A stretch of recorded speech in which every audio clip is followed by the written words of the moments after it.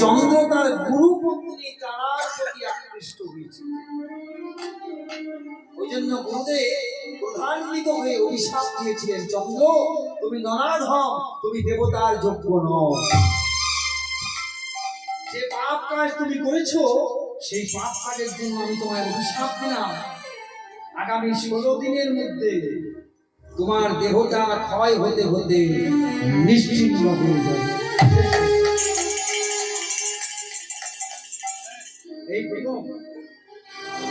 এই পৃথিবীতে প্রথম ক্ষয় রোগ হলো চন্দ্রের।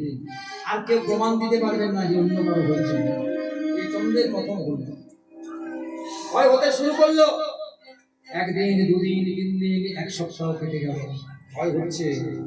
দেখতে দেখতে 15 দিন পার হয়ে গেল, আর মাত্র একটা দিন বাকি আছে। এই একটা দিন পার হয়ে গেলে চন্দ্রের অবতারের মৃত্যু, তাই না?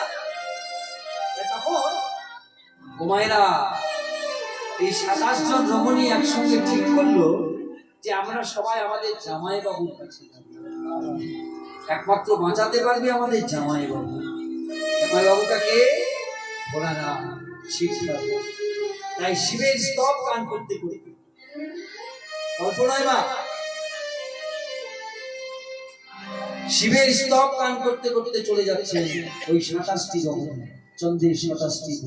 চলুন আমরা